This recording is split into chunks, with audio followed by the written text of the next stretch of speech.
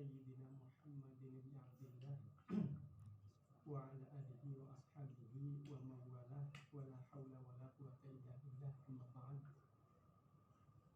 Para tulab min al-marhalah al-aliyah di Madrasatul Hikam As-Salafiyah Khosotan Mustawa Ats-Tsalits kelas 3 aliyah tahun ajaran 1441 Hijriah 2019-2020 Masehi.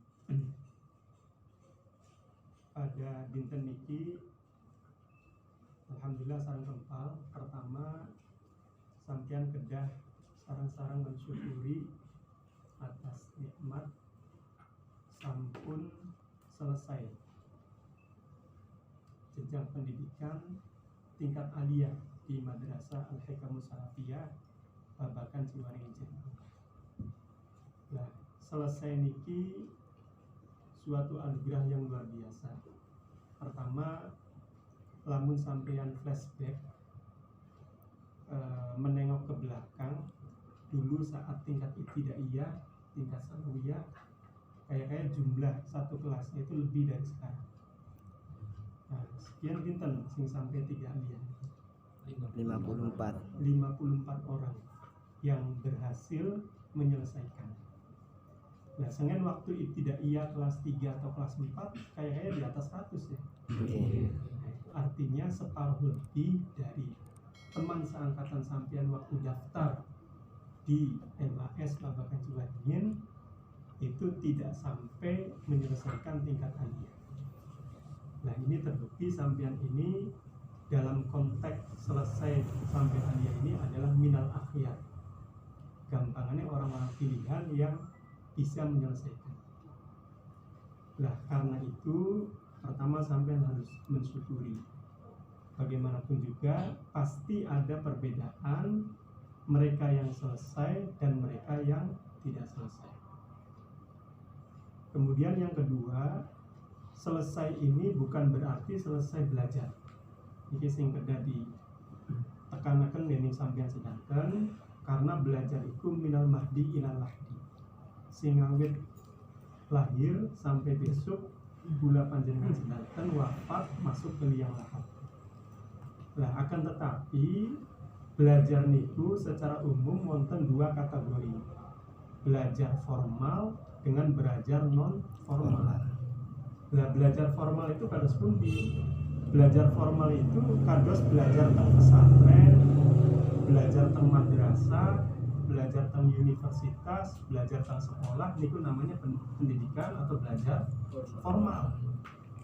Lah belajar formal itu ana jadwal pelajarane, ana guruwe, ana kelase, ana tingkatane, ibtidaiyah, sanawiyah, aliyah, PAUD, TK, SD, SMP, SMA, perguruan tinggi, ana biaya administrasinya, ana tahun pelajarannya, itu semua adalah pendidikan formal. Nah, sampean tingkat aliyah selesai. Besok sebagian sampean mungkin masih lanjut ke Mahad Ali Al-Hikamus Salafiyah Babakan Ciwaringin, berarti itu juga masih pendidikan formal. Karena ada ruang kelasnya, ada administrasinya, ada muhadirnya, ada jadwal mata kuliahnya, ada ujiannya, ada ijazahnya, dan seterusnya. Ada juga yang lanjut ke perguruan tinggi, universitas atau sekolah tinggi, itu juga sama formal. Nah, mungkin sebagian dari sampean tidak melanjutkan, boyong ke rumah, khidmat, ikut membantu orang tua, atau kiprah di masyarakat, atau bekerja dan lain sebagainya. Nah, itu juga sama belajar, tapi belajar non formal, tidak ada kelasnya, tidak ada jadwalnya, tidak ada biaya administrasinya, tidak ada aturan pendidikannya, tapi belajar dari kehidupan, belajar dari interaksi sosial masyarakat. Nah, makanya apapun pilihan sampean setelah selesai aliyah MAS ini, entah lanjut ke jenjang berikutnya, Ma'had Ali atau perguruan tinggi, atau selesai tidak melanjutkan pendidikan formal atau melanjutkan ke pesantren lain, itu juga formal, pendidikan formal. Nah, itu semuanya lanjut belajar, tapi formatnya yang berbeda. Bahkan ketika sampean selesai perguruan tinggi sekalipun, itu bukan berarti kontrak belajar selesai, tapi masih berlanjut. Minal mahdi ilal lahdi. Nanti beda pendidikan non formal dengan pendidikan formal. Kalau pendidikan non formal itu nanti lebih kepada interaksi sosial. Bagaimana bermasyarakat, lamun ning babakan ciwaringin sampean belajar singawit ibtidaiyah, sanawiyah, aliyah, atau nanti mahat ali belajar tentang bagaimana kesabaran, bagaimana kedisiplinan, bagaimana keuletan, bagaimana istiqomah, bagaimana barokah dan lain sebagainya. Nah, nanti dalam pendidikan non formal di masyarakat itu semua kita mengaplikasikan, menerapkan apa yang sudah kita pelajari, kira-kira bisa diterapkan, kurang lebih seperti itu. Tapi semuanya konteksnya adalah belajar minal mahdi ilal lahdi. Jadi kontrak belajarnya sampai wafat. Jadi apapun kondisinya, belajar itu minal mahdi ilal lahdi. Yang ketiga, sampean sudah selesai, khususnya yang ada rencana boyong atau pindah ke daerah lain, jangan putus silaturahmi. Nah, silaturahmi dengan masyayikh di Babakan Ciwaringin, khususnya dengan para pengasuh pondoknya masing-masing. Karena pengasuh pondok ini adalah orang yang keseharian berinteraksi dengan sampean. Jangan putus silaturahmi dengan masyayikh Babakan Ciwaringin, lebih terkhusus dengan keluarga dan pengasuh pesantren masing-masing.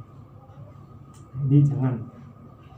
Karena untuk silaturahmi ini jelas faedahnya, Kanjeng Nabi sudah menjelaskan, diantaranya Ayyub satorahu rizquhu, untuk terkait dengan kejembaran rezeki, kemudian yang kedua dengan panjang usia atau usia yang barokah.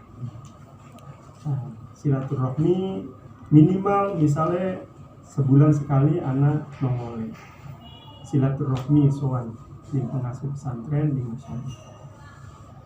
Beli kober sebulan sekali, 2 bulan sekali. Tidak sanggup 2 bulan sekali karena banyak aktivitas, sangat sibuk, 3 bulan sekali. 3 bulan sekali dirasa sangat sulit untuk datang ke Babakan Ciwaringin, sowan ke pengasuh pesantren dan ke masyayikh, bisa 4 bulan sekali. 4 bulan sekali belum mampu, bisa 5 bulan sekali.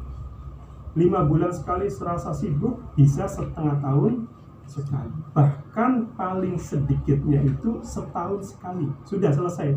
Kalau setahun sekali tidak pernah datang, ya berarti kebangetan.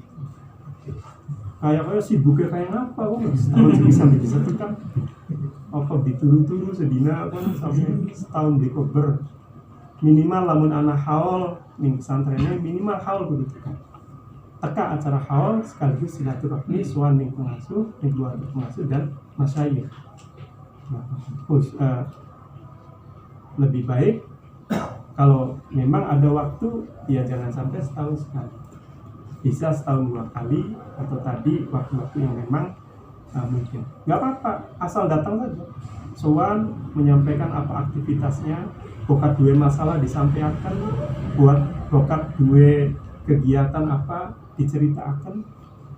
Nawen bokat anak obrolan anak silaturahmi, sampean bisa menemukan solusi dari permasalahan, atau sampean bisa menemukan jalan untuk mengembangkan aktivitas yang sampean lakukan dan kesalahan.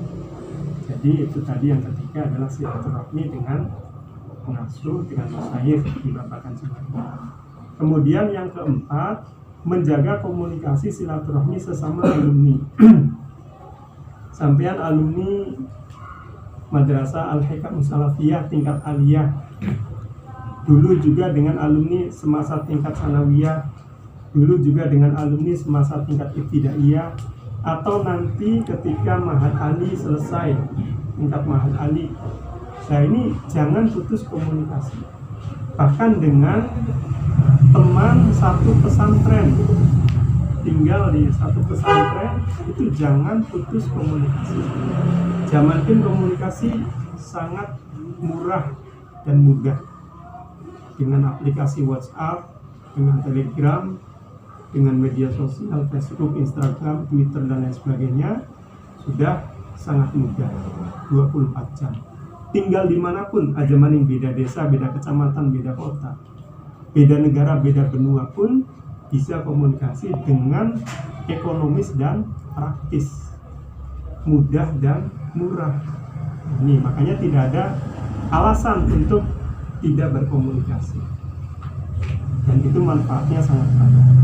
Komunikasi sesama teman satu angkatan, saat di pesantren, saat di madrasah.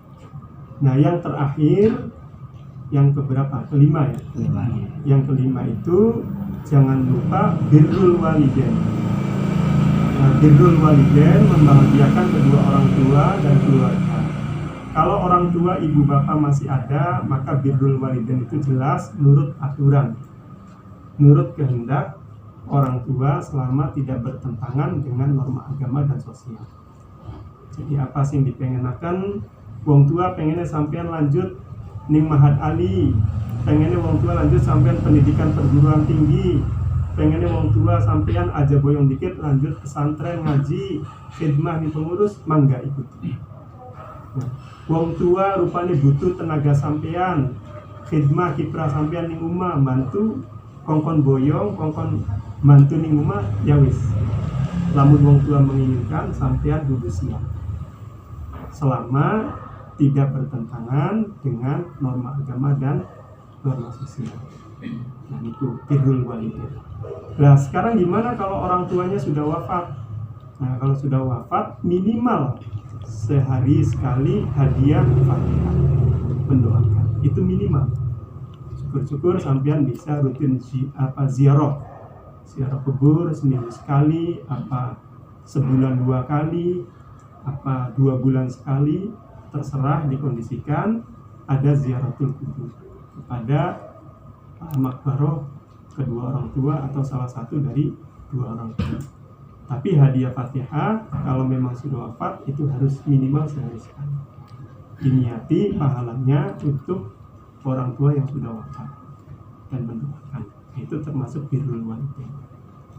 Nah itu 5 pesan pula yang perlu sampean bareng-bareng jaga.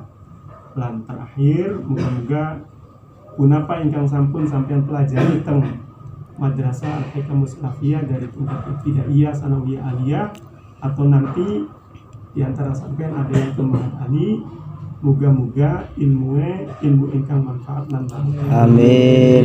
Iki keranten barokan itu menjadi barometer utama kula panjenengan sedanten sebagai santri.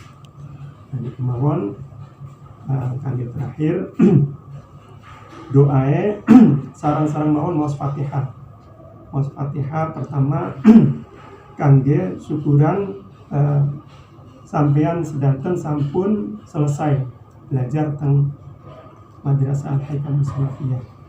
Ingkang kaping kali kangge tiyang sepah sampean sedanten, keluarga sampean sedanten, kangge para masyayikh teng pesantren Babakan Ciwaringin. Moga-moga sedanten diparingi sehat walafiat. Amin. Kemudian terakhir kangge hajat kula panjenengan sedanten, hajat ingkang badhe dilaksanakan, moga-moga diparingi hasil maksud dan barokah. Amin. Ala hadhihi niyah wa ala kulli niyatin shalihah. Al-Fatihah. A'udzu billahi minasyaitonir rajim.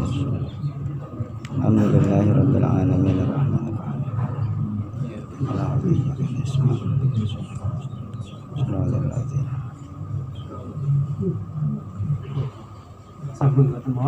Assalamualaikum warahmatullahi wabarakatuh. Waalaikumsalam.